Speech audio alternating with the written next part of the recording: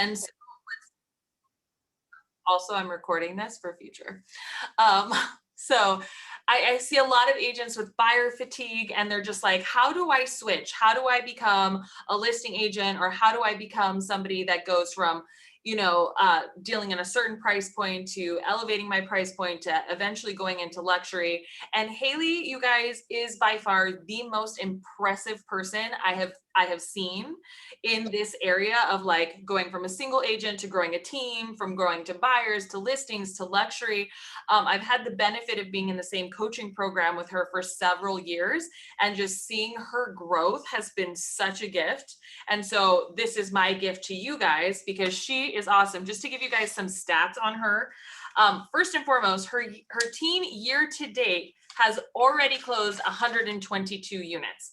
Like, that is so much, right? That is somebody's best year ever. They have closed that, guys, in less than 6 months. That is so huge. That equates to about $70 million worth of business, which is just tremendous. So Haley, first of all, hats off to you and your team. That's so cool. Thank you. And then to give you guys a little bit of perspective, I did some research, but she has grown her business about 30% annually, right? Which is so tough, you guys. Most businesses aim for somewhere between like 10 to 20% annual growth. And typically when you're a startup is when you go for like the real big double digits. It is so huge that she's had a consistent, last year was 37%. So to be honest, she was close to 40% growth. It's just unprecedented. So like, 2 years ago, guys, so last year, you guys, she did 83 million for 194 units. She's going to blow that out of the water basically this year. So we have a lot to learn from Haley today. And I'd love it if you would kick off this Zoom with just kind of telling us your story, your journey in real estate. Yeah, absolutely. Thank you for that. And I will add that I could not do any of this production or amount of units without my amazing team. So it is really only because of them. Otherwise, I would still be the Lone Ranger. My journey, we probably don't have enough wine or hours on the Zoom to be able to go through the journey and all that it's been, but it did start 22 years ago when I was a mere child at the age of 21, and just jumped in. I started working with one of the luxury brokers here who I called 15 times to get an interview to get on her team. And she finally said to me, "Oh my gosh, I'm going to give you an interview so you will stop calling me." And she sat down with me and literally gave me 10 minutes. And she said, "Listen, you're probably going to fail because most all agents do, but I'll let you work my files for $200 a file and we'll see how you do." And within the first year, I quickly moved from the $200 a file to doing 10 million the first year, because I was like, "Oh, I'll show you, lady. I'll show you what I'm going to do." Which is a good thing and a bad thing, right? So I was a Lone Ranger agent for 10 years, and I basically did the same thing for 10 years. I never really could cap out over, I would go between like 10 and 18 million a year in production, but I really couldn't get over that hump. So somewhere I got the genius idea at year 10 to just open my own boutique brokerage. And I was like, well, this will solve everything. So the first year I had 15 agents that I recruited for my brokerage that I opened, flipped and got my broker's license. And we did 100 million that first year with the 15 of us. And I will tell you that I had the brokerage for about 3 years, and that 3 years taught me so much about all the things I did not know. I literally felt like every day I had no idea. There was so much to running a business that I had no idea about. So that was a really big learning lesson, a ton of stress, a ton of growth in those 3 years. And then I sold that brokerage to a local boutique firm in Houston, which was a really great decision. At that point, I then started, I was in coaching at that point, right? Which coaching really is truly what changed my whole trajectory and taught me so many things about the real estate business other than just buying and selling houses and managing clients. So that's when I really started realizing, okay, it's time to build a team, and it's time to realize all the places where I was personally holding myself back because of my own fears. And those fears are the ones that every single one of us feel, right? And they never go away. And that's something that I think is so important for all of us to realize. Like, the ownership of the client and the relationship and that protective feeling is never going to go away. So you just have to learn to move through it and acknowledge it and understand that everybody can give great service and take care of your relationships when you set up systems. And so that's really what I focused on, was learning to set up systems to manage the clients and manage the relationships, and build out, basically McDonaldizing everything so that I knew no matter who on the team dealt with the client, they were receiving the same service, the same representation, the same guidance. And that's where I think the big shift in my business started happening.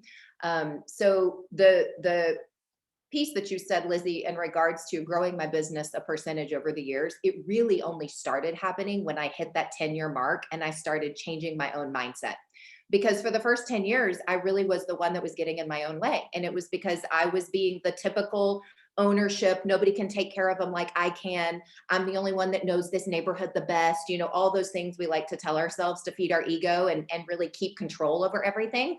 Um, and I laugh because we all talk when we're in the industry, right? Like every single one of us are a control freak and we want to control it all. And we think we need to be the one to do it all, but it really is doing nothing but hurting ourselves and our own growth. So I started building the team that I have now. I guess we're probably a good 8 years in now, as far as the structure that I have. And the thing that I think works the most amazing is, on my team, everyone has a role and you don't deviate from your role.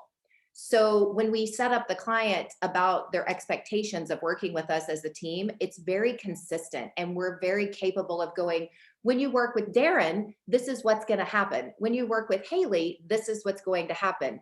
And so the team is now made up of 5 internal licensed support team and then 5 external sales. And so we almost have that 1-to-1 ratio. Everybody still has different roles, but in the way of internal support and external sales. And so the client is receiving the same experience because we've literally McDonaldized it.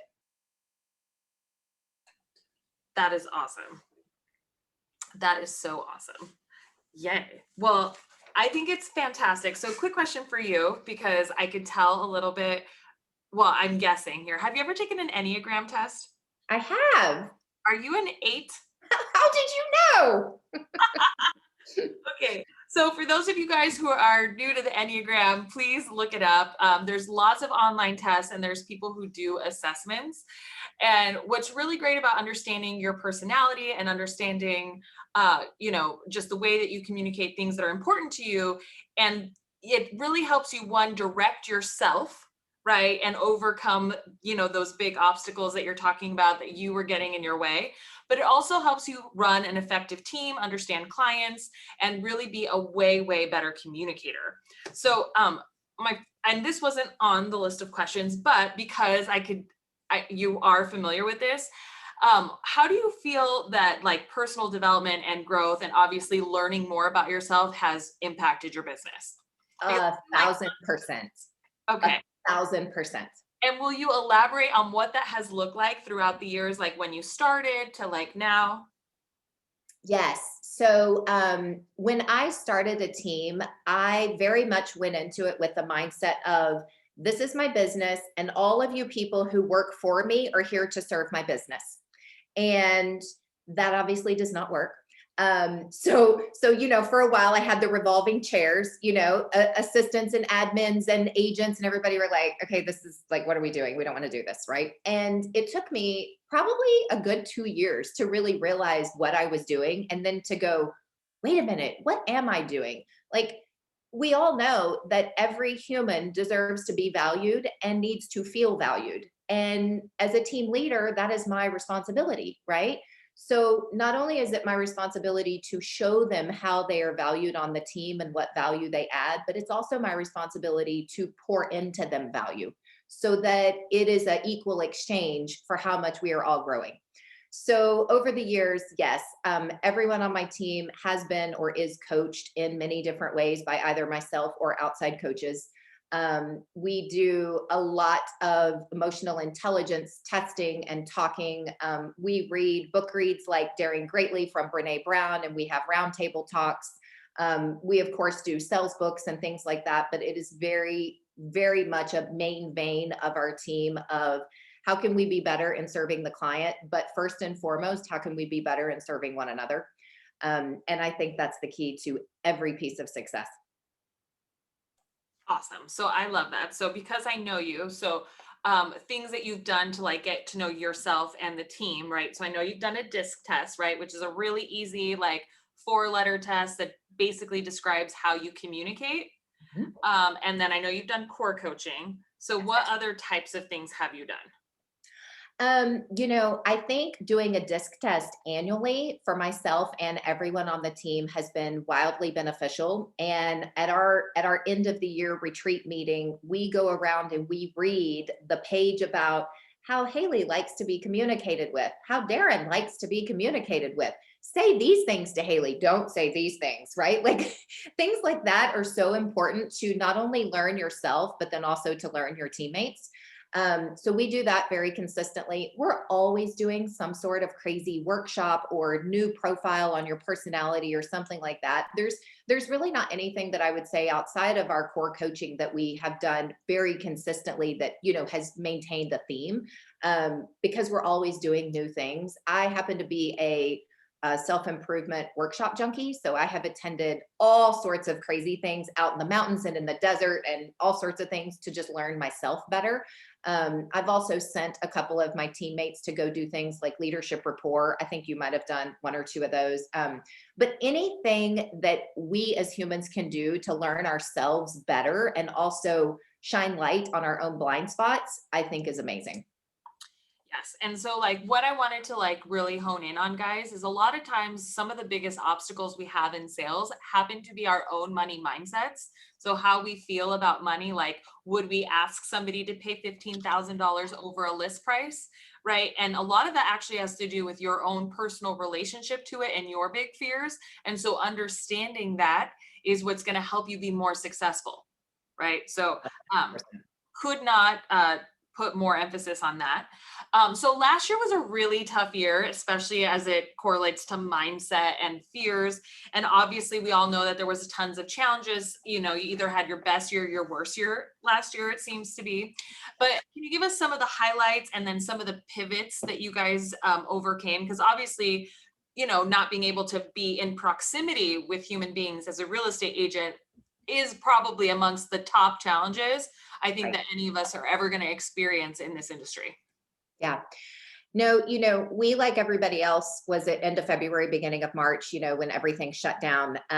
Of course, I own our office building. We don't co-office with anybody else. So I could come up here, thankfully, which was great.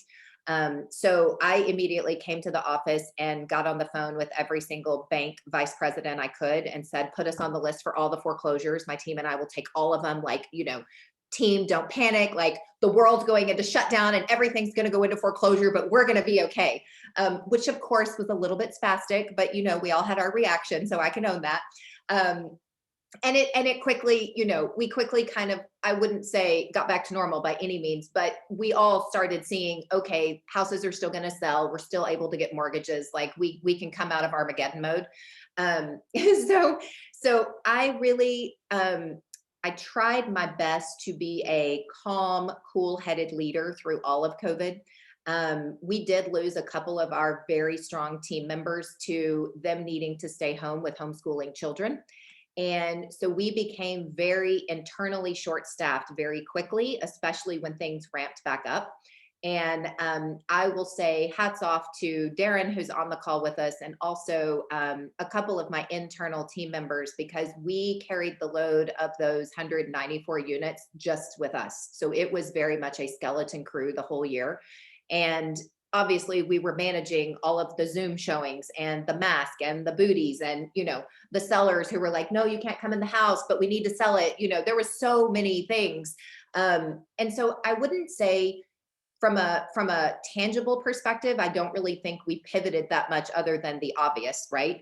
From a mindset perspective, we pivoted in a great way because we had to really start thinking outside of our own fears and think about the client a little bit more than we even already do, of how can we keep them calm? How can we keep the deal together? How can we make sure the parts of the deal are going to get through the title company's closing, or, whatever was going on at that time? Because we all know, like, it was one thing after another and it was like, oh, okay, today it's this, right? So it was more the mindset of learning to maintain our own self-care while also making sure we took care of the client while also running the business aspect. And we pulled it off, but obviously, just like everyone else, it was insanity, right? It was total insanity. And then we came into January 2021 going, okay, we're going to get a breather. Just kidding. Multiple offers on everything, right?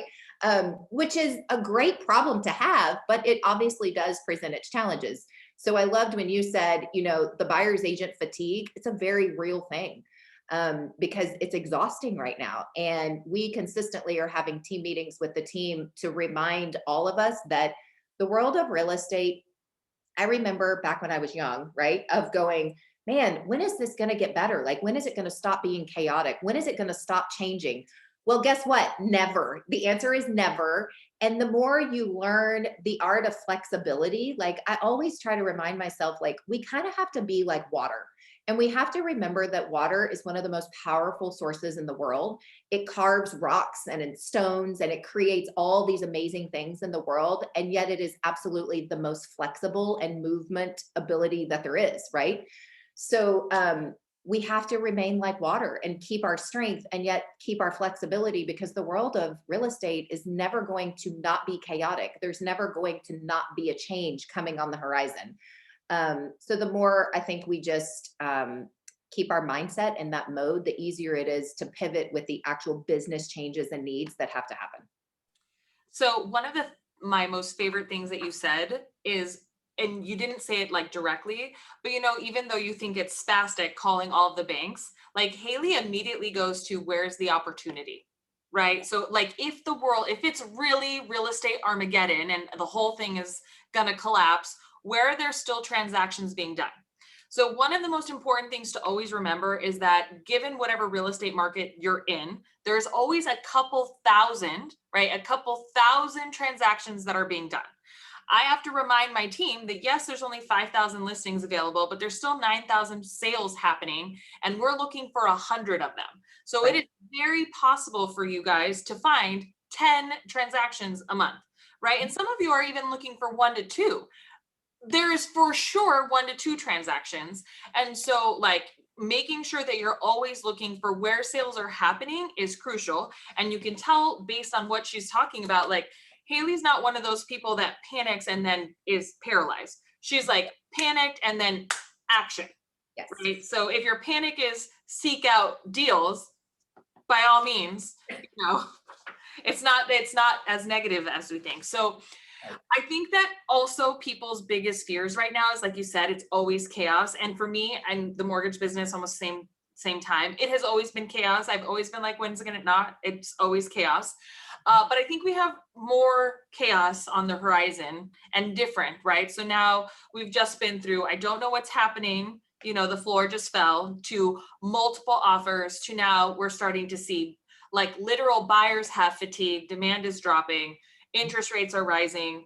Now, we're not saying housing crisis, but we are going into economic times where, I mean, inflation is all over the news. They're talking about potential recessions in the, first quarter of 2022. I hate to even say that.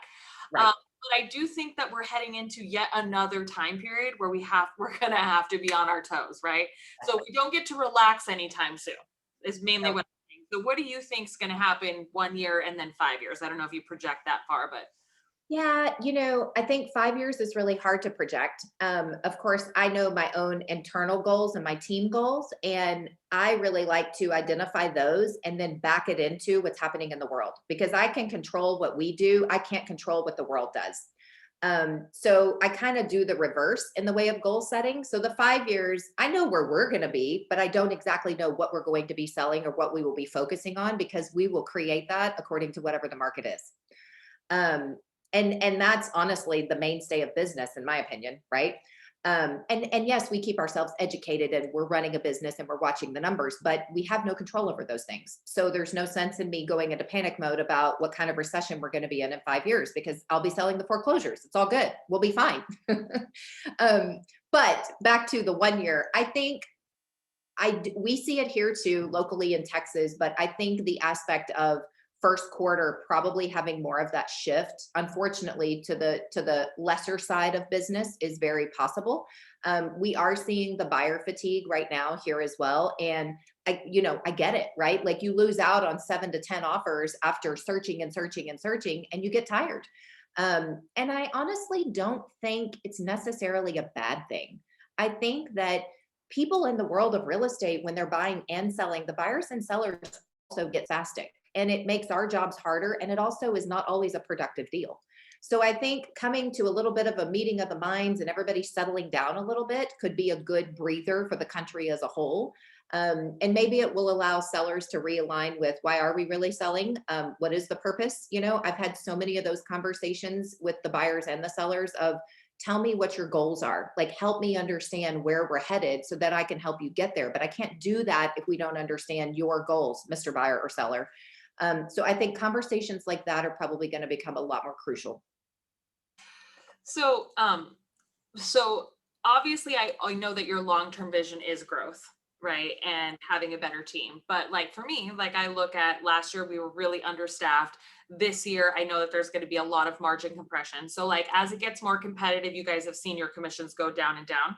It's the same thing for mortgages, except when mortgage interest rates rise, it becomes like crazy competitive. So I know that we're headed into a market like that, unfortunately, but like it still takes a village to get a lot of production done. So like, what does your current team look like right now? And are you going to continue to grow, or are you going to just try to be more efficient? Yes. So right now we have 5 on the sales team side that are just in sales, and we have 5 internal. So 3 of the internal do nothing but process transactions. The other 2 are an operations manager and an admin. The admin is also in charge of our marketing and our social media. So everybody has a full-time role. I don't have projected for my goals to grow the team in the way of headcount. We are all growing, and we have things going on. You have team members who have babies or are getting married, or, there's life changes happening. So I'm constantly cross-training to make sure that if we have someone go out, that I have someone who's cross-trained to be able to carry the load. We also do quarterly meetings. I do quarterly meetings with everybody on the team to understand what their goals and where they see themselves in the next 1 to 2 years within their own career. So we always have a path for where they want to go. If it's into a different role on the team, if it's into a different, set of responsibilities, whatever that may be. So there's always growth and movement happening. But as far as actual headcount, I don't plan on adding any more headcount. Yeah, so I kind of have the same strategy right now, cross train everyone, become way more efficient, lean on automation, Yes. because I do still think it requires kind of a lot of bodies. Mhm. When did you first realize you wanted to start a team? Obviously, I know why you started the brokerage, right? But like that, a brokerage is very different than your own personal team. Yes. So it was right as I was selling the brokerage. The brokerage ownership taught me so much, in that there is so much value in a group, especially a group that is collaborative and really helps one another grow. And I really did live my first 10 years very lonely because I was the only person. So I had nobody to brainstorm with. I had nobody to have any of those conversations about, well, we could do this. I don't know about that idea. What about this one? And I love that. Like, I think that's what really makes humans come out of our shells and really, come up with these creative, amazing ideas of how we grow business and personally. So it was when I sold the brokerage that I was like, okay, I don't want to do this by myself anymore. And I could be so much better with other amazing humans, and do the value trade. So it was at that point. Wow, that's so awesome. That's the first time I've ever heard that answer. Most of us start a team because we're like overwhelmed and just need help and like frantic, which makes us like world's worst bosses, by the way. Well, I was still that at some point, for sure. I have my days. So where do you see the majority of your business coming from? The majority of our business all comes from our database and our SOI. We Okay. do not cold generate. Can you break that down for people on the call? Because a lot of leads in Arizona are cold generated. Yes. So I have always built the business based on relationships. And that relationship is the personal connection, and also really helping the client to understand that I'm here to serve their goals, not my own. And I've just done that from day one. So over the 22 years, we have built a database of past clients, of business partners.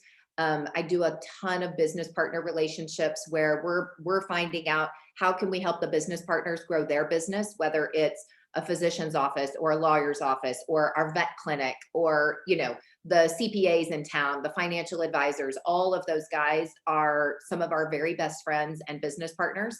So we have the, you know, client information sheet as soon as we talk to a new client or a past client, and we're asking them if they need contacts with any of these people. So we really have built ourselves to be the center hub for all things in life. And then we have those amazing relationships where we're feeding one another. I don't remember the exact numbers, but I remember a couple of years ago, I did a coaching seminar for another lender in Dallas. And they asked me to go back to my closed business for the prior year and really run hard stats on how much of the business came from business relationships. And the numbers, when I actually sat down and dug into it, and, you know, I track sources of business and everything, but, you know, when you really put a magnifying glass on something, you're like, whoa. So those numbers, a couple, it was probably 3 or 4 years ago now with COVID, but it was something to the effect of every single deal that we had closed through a business relationship was more than a $10,000 commission. The close rate was like 99%. And almost 65% of our business that year I did it came from business relationships. And the crazy part about it is a lot of those business partners have never even bought and sold with us because they still live in the same house from when we first met them, but they send us everyone. And that is a huge piece of our business across the city of Houston and the Woodlands. And then from there, you know, as we buy and sell, we have such set systems on how to take care of those people all the years after they buy or sell that they continue to send us the referrals. So we do. I know you asked the question earlier when we talked about social media and digital ads and things, and we do that for sure because we want to stay relevant, we want to be seen, and we're continuing to build the brand. But I have never relied on any sort of cold business for my true business. That's incredible. So just to define a couple things here, guys, SOI means sphere of influence. So those are like friends and family, right? Yes, Okay. correct, And then database is like the business people, past clients. correct. Okay. And then how many people in your database would you guess? We have about 2,500. So 2,500, Mhm. right? And then if you were like a new agent wanting to start that today, where Yes. would you like, what would be the first things that you would do? So what I would do is I would sit down and make a list of every person that you know that is in business. So either they own a small business, they work for a small business, and don't get in your way of, well, what type of business? It could be any business. Like literally, a perfect example is I'm a big dog person. They're my babies. So I've gone to this veterinarian clinic here in town for like 15 years, right? Well, he knows who I am. And, you know, I'm always talking about real estate and he's asking me questions, but, you know, he's never bought or sold. He gets invited to my client events. He gets invited to a social hour. And about 3 weeks ago, he called and he was like, hey, I just wanted to see if you could help my wife and I for real estate. And they've sent me referrals over the years of new people coming into the clinic, but we're putting their house on the market. That's about $1 million. And we just sold him a new one for $2 million. And he's literally been the vet that I have cultivated. He's been on the invite list and also received, you know, monthly newsletters and things for 15 years. So it's things like that, right? And I think a lot of times we as agents, we kind of forget all the people that we use, right? So every pool company that we use, every tax person we use, the person who colors our hair, the nail salon we go to, like all of these places are people that have leverage because they're seeing multiple people every day. And if they're taking care of us, then we should do the same and take care of them. So a huge amount of our business comes from all of our business relationships in this community. That is so awesome. So you would just rank that. And then are there specific professions that are better than others in terms of like lead gen? You know, the financial advisors and the lawyers definitely send higher. Like if you're focusing on luxury, think about who's really serving the luxury wealthy client. Those definitely send higher end. But in the way of consistency, like my nail salon sends me more referrals than almost anybody. And they're all great referrals, right? They may not be the 2 million plus, But I see her every 12 days and I'm sitting in her chair and she's talking to me about all things houses. And then every single person that sits in her chair, if the word house comes up, she's telling them to call me. So you can't discount anything. Okay, so I love this. And since I'm sorry to like keep going in on this, but I feel like there's just so many nuggets right in this entire thing. If this was the only reason you came to the webinar today, this is it. So when you're cultivating that new relationship with your nail lady, how does it start? What are you saying to her to get her to be that consistent referral partner? How are you loving on her? What value are you providing to her? Yeah. Yes. So she has been my nail lady for, I think, 15 to 20 years. So thinking back, I started the relationship with her by being friends and by telling her, hey, here's what I do. Where do you guys live? I know your nail salon is here in the Woodlands, but tell me a little bit about yourself, right? You always want to be interested in them and hear their story. And then I started referring my friends to her nail salon. And I would always tell my friends, make sure and tell Lainey that I sent you, because you want them to know that you are promoting their business as well, right? So I would always tell them that. And then I would ask Lainey every time I would go in, how's it going? How busy are you? What's going on? And she started asking me questions on how to build her business. So I actually helped her build out a letter of the heart program for her nail salon. And the letter of the heart, you guys, is a letter that you basically send to your database every month that is talking about something in life, not about your business. And it's building relationships with your customers or clients. And so I helped her do that. And then her husband started a tile business where he laid tile. Well, obviously, I can send him a ton of referrals, right? So over the years, I have sent him a ton of jobs doing tile work for different homeowners. And she too is the same, where she's getting my letter of the heart. She's getting in the gifting program, right? She's getting a birthday gift. She's getting a baby gift. She's had 2 babies since I've known her. They bought a house with us. It's a relationship. And I think the key, Lizy, is we all need to remember what the definition of a relationship is. And the relationship definition is somebody that you care about and you are talking to and spending time with on a regular basis. And so I just have always spent the bulk of my networking time and my lead gen time in my relationships, because the close rate on those, also from a business perspective, is much higher than the cold business, which we all know. 100%. And relationships, guys, will never go away. Like, will never go away.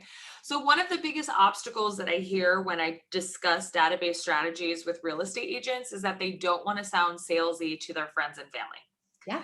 Right. And so one of the key things that I heard her say is that, one, she found out about this person's interests first and foremost.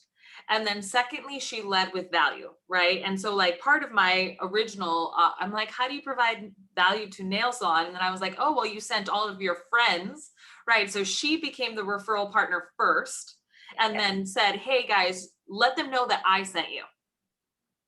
And then I think it's just such a huge thing, and then I can then give her advice on how to grow her nail business, and then obviously that translates into what her spouse does, right? And then how does she help? I mean, it's a never ending amount of possibilities for where you can actually provide value into people's lives if you ask the right questions. 100%.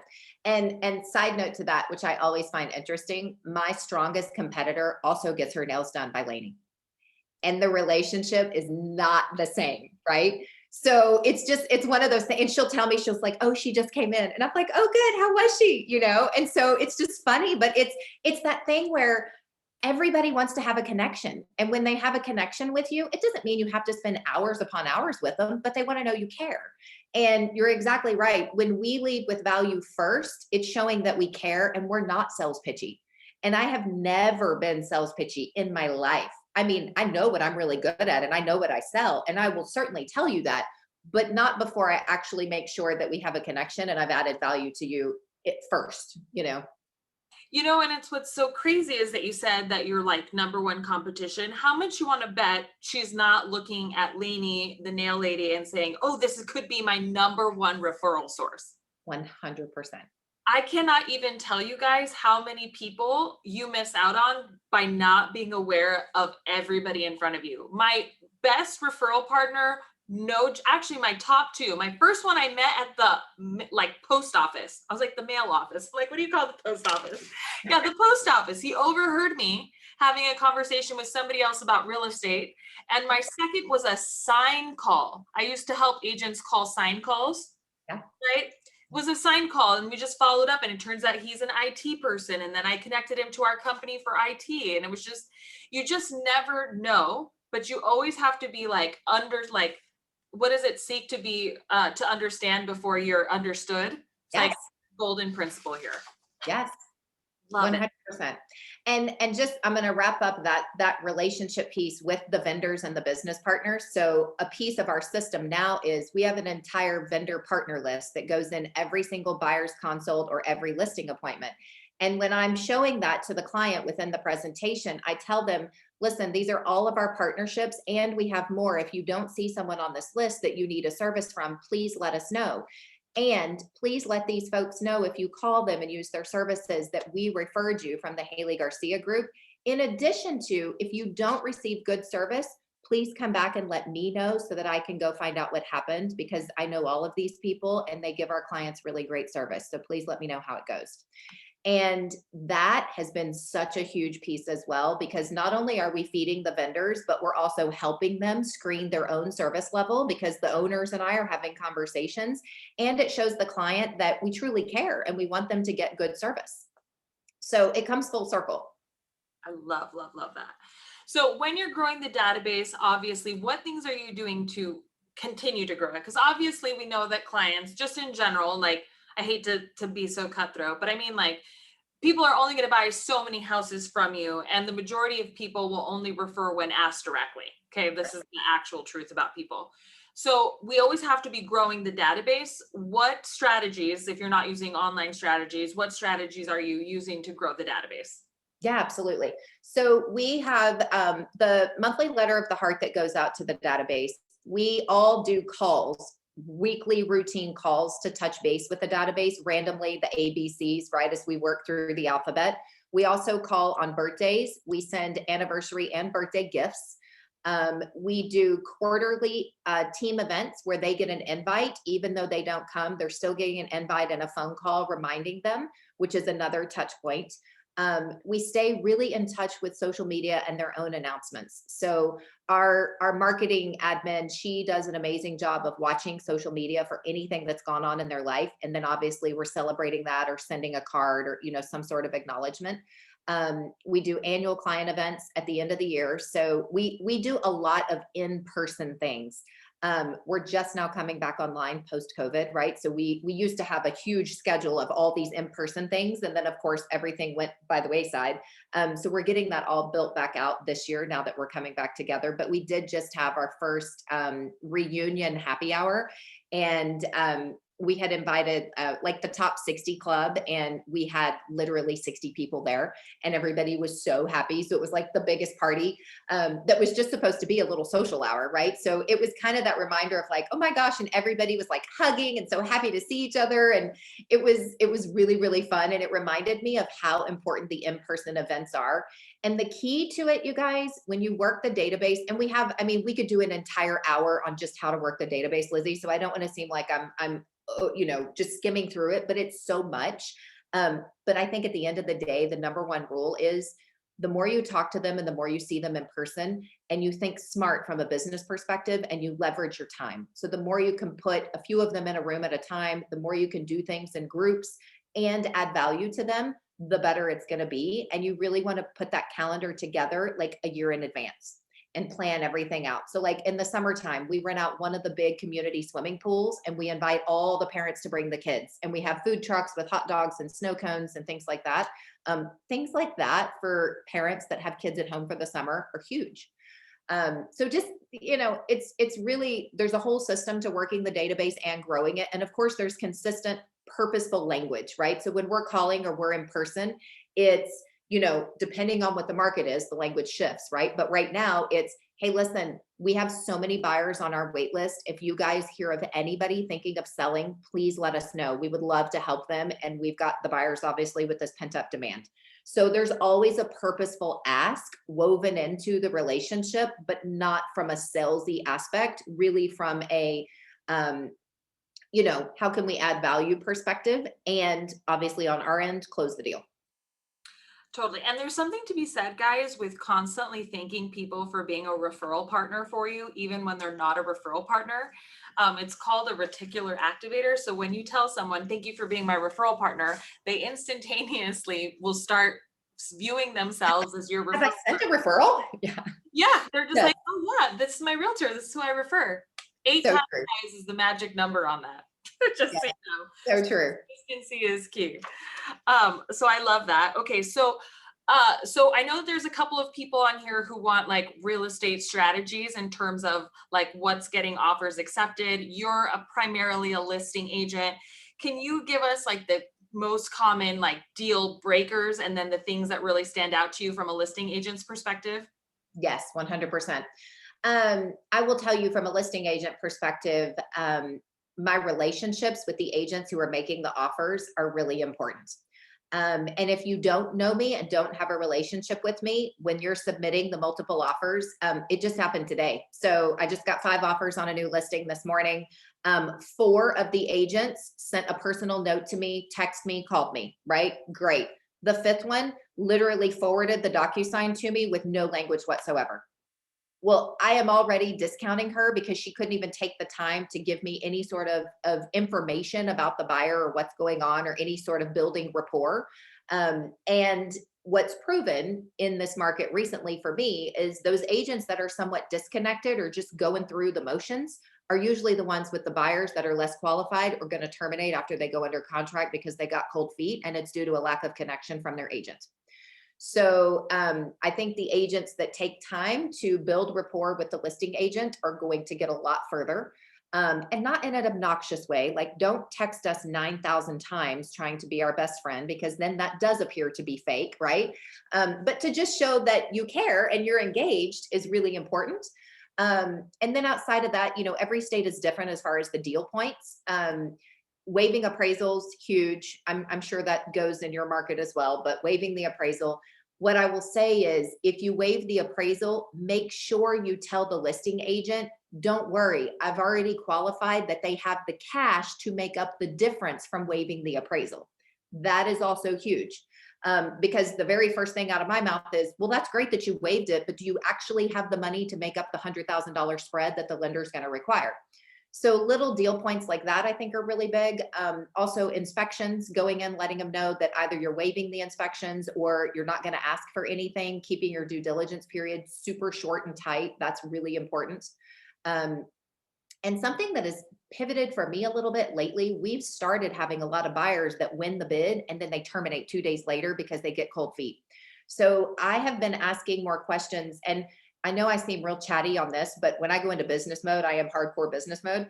Um, so when I'm going through the deals, I now have to slow down myself to go, okay, what is the buyer's story? Do they have a family? Are their kids starting school? What is actually happening? So that I can kind of quantify who's a buyer that's going to hopefully stick and who's like, well, they just flew in from California. They're just starting to look. Like, I'm not feeling real comfortable with that because they could fly right back out to California and terminate the next day.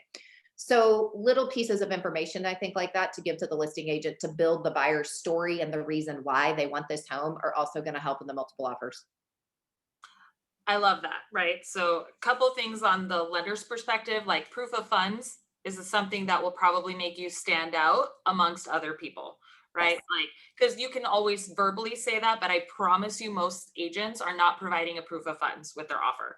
Secondly, why they want this home, and then just do it in bullet points. I know a lot of you guys are including big letters from your clients, which helps if it makes it to them. But like bullet points, like here's why they want this, here's what they're willing to do, here's what they've done, right? Super, super helpful. Yep. And you know what else I will say? There have been a couple of lenders that are amazing, like yourself, that have called or text me. And I don't necessarily need a phone call. Really, most of the time, I don't have time for a phone call, but a quick text message from the lender on behalf of the buyer goes a really long way because then I know that it's legit.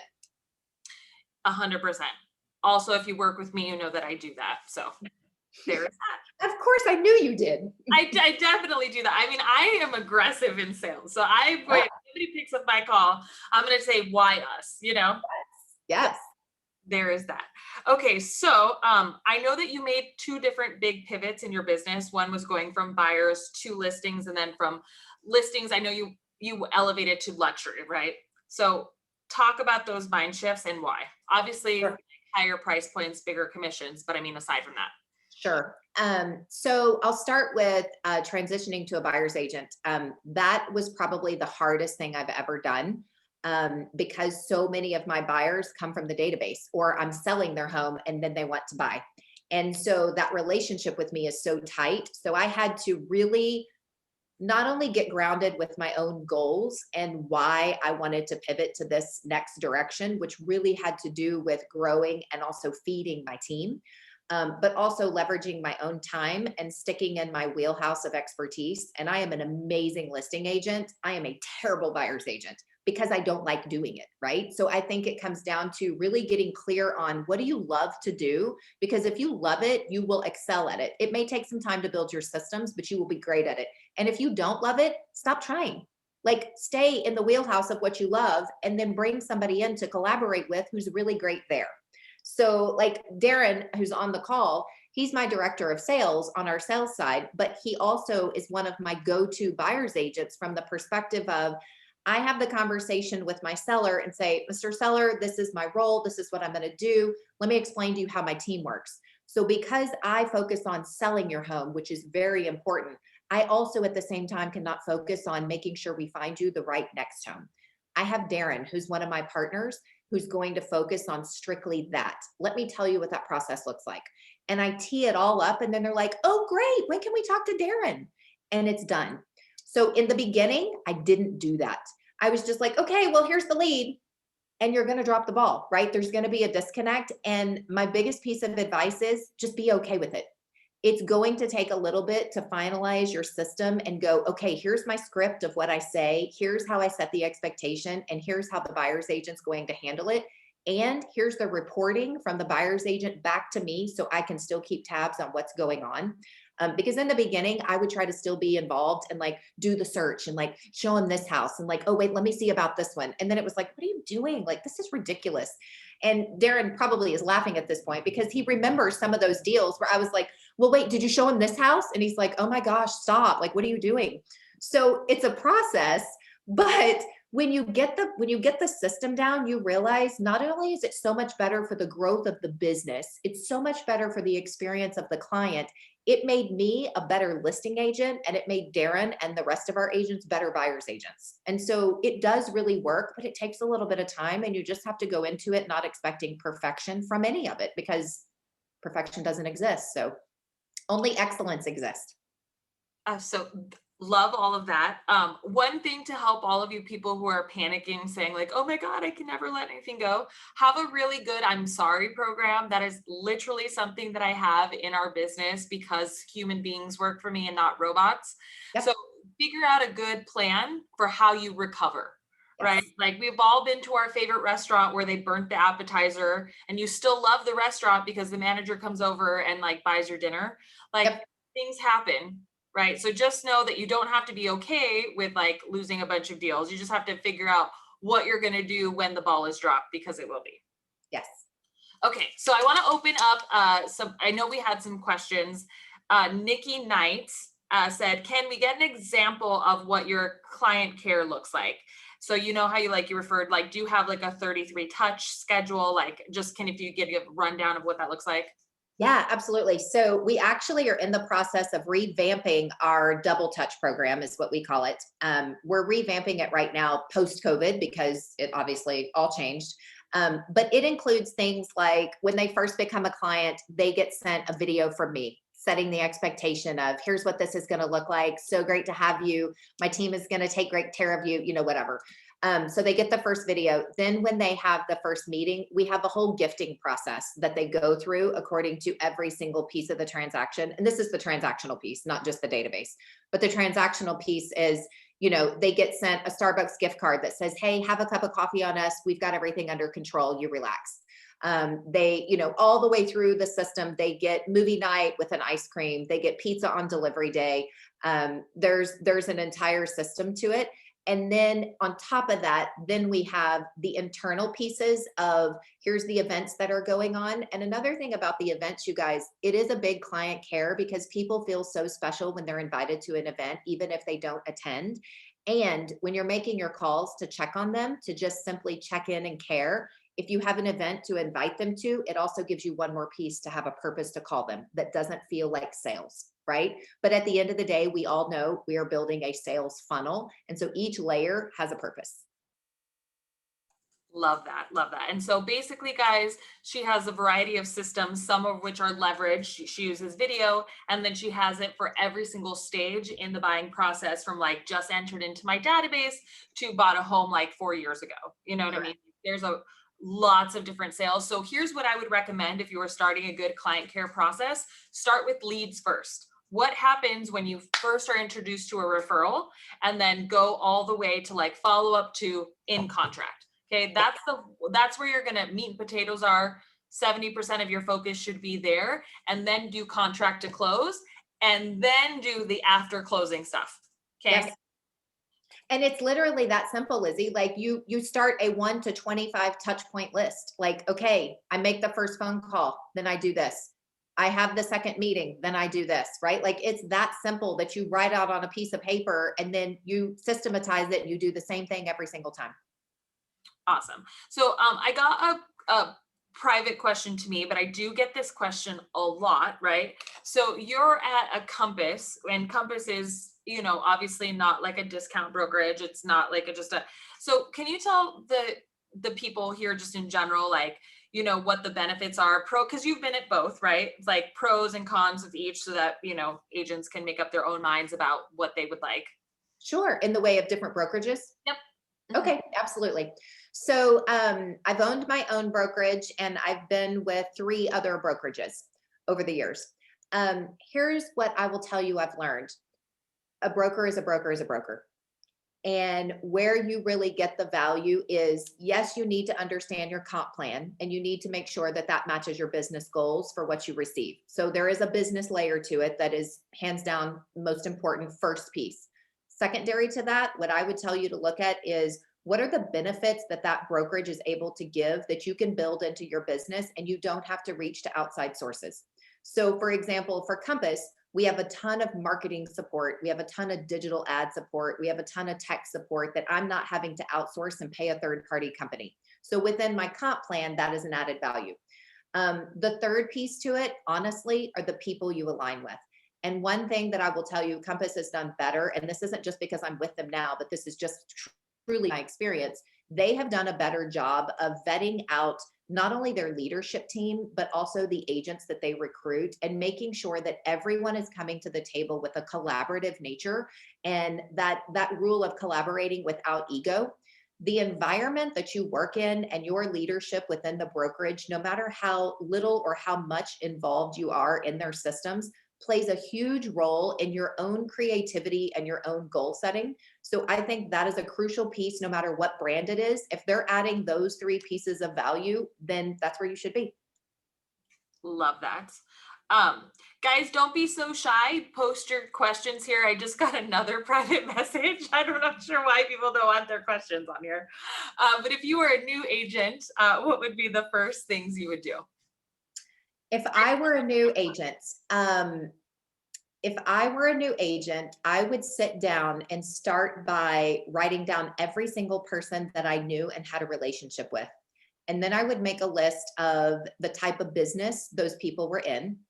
And then I would create a system in whatever program you want to use to automate and put all their information in a system. And then I would start working those relationships. I would reach out to them and I would start with the question of, tell me about your business and how you got to where you are today. I'm a new agent and I'm really interested in learning from someone like yourself that has built such a successful business.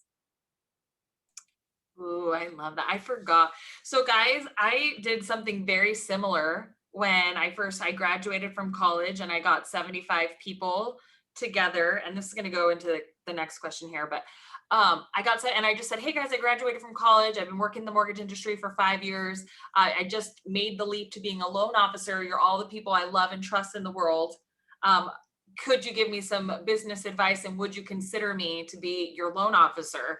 And that was my list. And I I totally spaced on that. Yeah, it's huge. And you know what's so funny about it? And I built so many relationships with that question. So many relationships. I sit on like 3 major boards now where I was asked to be a board member from those initial meetings where I asked these community leaders that question. Um, and so you don't have to make it about real estate, right? I think new agents, we get in our own way and go, well, I don't want to tell somebody I'm a new agent. Well, then don't ask them to help you learn to grow a business, because that's essentially what you are. Don't get hung up in, well, I haven't sold those $1 million homes in that neighborhood. At the end of the day, nobody cares. What they care about is actually helping you and building value. And then in turn, you're going to do the same thing. Love it, love it. So I described a little bit about what a letter of the heart was in mine, but can you like give like a framework for a letter of the heart, since you do it monthly? Absolutely. So the traditional letter of the heart is at the top, you're going to have a header of whatever it's about, right? So one of the ones that I always reference that was like my most wildly read letter of the heart in history was I had gotten divorced for the second time. And it was really, really hard on me, and it was really messy, and there were all the things, and it almost derailed my life and so on. So I wrote a letter of the heart about it, which was super vulnerable. And I don't really remember what the title was because this was like 10 years ago, but you put a title at the top of whatever the theme of the letter is, right? So like divorce number 2 or whatever, right? And then you basically write, and it is truly a letter from the heart. So you show vulnerability, you give some advice based on some lessons you've learned, maybe you share experiences, you don't talk about work. And that letter of the heart, I always reference because I sent that letter of the heart to, it was a current client at the time, but he was a C-suite position for ExxonMobil. And I get an email from him after sending out this letter of the heart saying, hey, I just wanted to let you know, I read your letter of the heart. I am so grateful that you were so vulnerable and shared this. And I hope you don't mind. I shared it with the company. And I was like, oh, well, it's great. It's awesome. And in the back of my head, I was like, it's totally fine as long as they see my name and number at the bottom with realtor. um, so the purpose is the whole letter is about something in life. And then at the very bottom, you have a PS. And that PS is the only line that can say anything about business. So my PS is always something about the market. So it's, hey, PS, as you can see, the market is on fire right now. It is a crazy seller's market. If you're interested in how this has affected your property value, reach out to me. I'll be happy to give you a rundown on your current value of your house. Or, whatever the market tidbit might be. And that's the only place you can put anything about business. And then you have your information with your contact information at the bottom. And I have done that letter of the heart for at least 12 or 13 years now consistently. And if any, like during COVID, obviously I didn't send a letter of the heart every month. I literally had people calling going, are you okay? Where's the letter of the heart? And I'm like, it's COVID, people. So that's so I didn't realize you couldn't talk about business. So I talk about business in all of my letter of the hearts because it's my life. But I will tell you this, sometimes you can get really vulnerable about business. So last year was really difficult in the mortgage business. I moved companies, and then I went from completely running an in-person team to then going digital. And there were like 1,000 issues. And so I was just really candid about what that looked like from an entrepreneur's perspective, and how grateful I was that everyone hung in there for me. Was probably my most widely, like, people reached out, and I had written about my dad dying and like my marriage and my kids being born. More people actually reached out to me from that letter than any of the other ones. But yeah, Isn't that crazy? I always throw in business. I try to do it casually though. Well, yeah, and I mean it's totally okay. That's always just been my rule, and honestly, my rule came from a coach who said to me one time, "Oh my gosh, don't you have a life outside of business?" And I was like, "I actually don't think I do. Like I can read a book and write about that." It was like forcing myself, right? Like go get a life because business is great and we love it. And I'm just like you. Like I mean, I am a total workaholic and can admit it. And we have life also. So Yeah, note to self, getting a life. Okay, so then what What advice do you have new agents looking to join a team? She's interviewed with 3 and is the process of pros and cons, but anything that you could add. I think a really great question for interviewing with the team, and you can always circle back with the team lead and ask. But I would always question, what is it you're really looking for in me to add value to your team? And then in reverse, how can you truly add value to me? Like, what are those pieces that you really see as a team leader that's going to add value to me? And I think when you use the word value, people's brain go in a different place. So I think it's a really important question, on both sides of it, in regards to, if you're truly not adding value to one another, then you probably should be on the team. Love that. And guys, just as somebody who interviews lots of people who want to be on my team, it really stands out when you're like, this is what I can bring. Huge. What advice for a transition into luxury market? Don't know how to break in. Yes, that is a great question. So remember, you are who you hang out with. And remember that who you hang out with is who you're going to lead generate from. So you can pivot into a luxury market by joining different charities, being on different committees. Your wealthy folks are always very involved in the charity world, and you're adding value to the community and giving back yourself. So that is a huge way that I think breaking in. Also, always remembering your own mindset when you're speaking of the luxury market. Stay on top of what's happening so you can speak from an educated manner, even though you didn't sell any of those properties. Because the luxury market wants to know that you're into the business. And so start studying the market and watching different pockets of neighborhoods and really having a conversation as though you are actually the expert, because that level of clientele is expecting that. And then literally you fake it till you make it, and it will start to happen. Ooh, love that advice. Can you give some effective ways to market online for higher price points? Sure. I think your image and your branding has a lot to do with it. And as much as I am totally an authentic person and would totally wear yoga clothes and no makeup every day if I could, unfortunately, the world of business does not support that. So I think in the luxury market, there is an aspect of, you have to understand who your target audience is, and you have to make sure you align with those people from a visual branding perspective. So if you want to elevate your marketing to match those of, I always say, look at the different large luxury retailers, right? Like watch Mercedes ads, watch Neiman's ads, watch Saks Fifth Avenue. Like, what does their marketing look like? What does their story look like? How are they marketing to that luxury buyer? You basically want to copy what they do, but from a real estate perspective. I really have never done a whole lot of like cold marketing, but I do make sure that all of our digital ads, all of our social media, everything has an elevated appearance.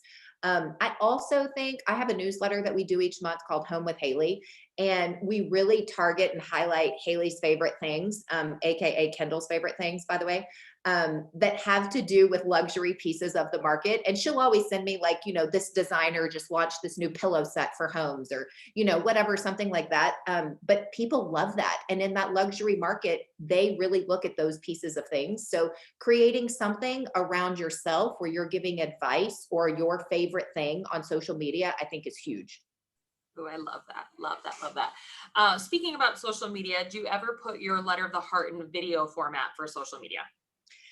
I have not done it yet. I have been asked many times. My hesitation, and the reason I haven't done it yet, is because I think in video, I love the aspect of the letter because it still leaves room for interpretation. And in video, it will only be the way I say it. And I may say it the right way, and I may say it in a way that actually confuses the watcher instead of allowing them their own room for interpretation. So I haven't done a video one yet, also because I tend to start chatting a little too much, and I'm afraid I won't get the point across, and nobody wants to watch a 30-minute video about my letter of the heart. So I have stuck to mail, but it is on the topic of discussion. Okay, so I'm going to challenge that thought. So a couple years ago, guys, I could not get mine out in time. And so I just printed it, recorded it, I read it, and I posted it on YouTube for my clients. It has a really long watch through time. It did take me like 20 minutes to get through the whole thing. I did find it be super effective. So I actually have a social media approach where I do both. Like if I write a letter of the heart out and then I tell personal things online, very effective strategy. How I built my business after getting fired from my job was literally posting my letter of the heart online, telling everyone what happened and then asking for help. So it is super effective. That's a great idea. Okay, I will totally take that challenge and I will raise you one with your next letter of the heart cannot say anything about business. I'm gonna do it. I'm gonna go get a hobby. And I will record my letter of the heart. Done. Done. Okay, and then to wrap this up, guys, Jason had one. He said you do a monthly letter of the heart, mail, email, both. I only mail, but I do a monthly newsletter. So I'm still hitting them email and I'm still hitting the mail, but the letter of the heart is only mail. Yeah, I find that to be way more effective too, guys. Just so you know, like people like email at max has a 30% open rate, max. So just know that you're losing a lot of people. People love personal mail. Like, and You- it's still a thing. Like people love birthday cards. People love personal mail. They don't Yep, like bills, but they will read your LOH, I promise. yep. Haley, you were phenomenal. I think that I've never had this high of engagement all the way through on a Zoom before, and it's because you're amazing. If Oh, thanks. Well, it's true. And if people want to find you online and connect with you, how would they do that? Because just so you guys know, at the end of this year, Haley's going to have the most kick-ass real estate coaching program out there. And I really want you guys, now that you're exposed to her, to follow her and engage with her. You'll want Yeah, I would love that. And just so everybody knows, if you have additional questions or I can help you in any way, do not hesitate to ping me on social media or to email me. My email address is super hard. It's haley@haleygarcia.com. And then if you go to our website, haleygarciagroup.com, that's obviously our team website. You're welcome to shoot us a message or, send your information and Jen will make sure that I get it and we'll connect. So happy to help anybody in any way. And Lizy, thank you so much because you are equally as amazing. And, I always love doing this. If we can help one another, like it just makes the world a better place, right? Awesome, sweetie. Yes. So send your Texas referrals to Haley, guys. Good referral. Yes, we will take great care of them and vice versa. Tell me where you are and we'll send ours to you guys for sure. Love it. Awesome, guys. Well, make it a great day. Thank you guys for tuning in. And I will see you guys next month for another one of these really great real estate chats. Thanks, Lizy. Bye.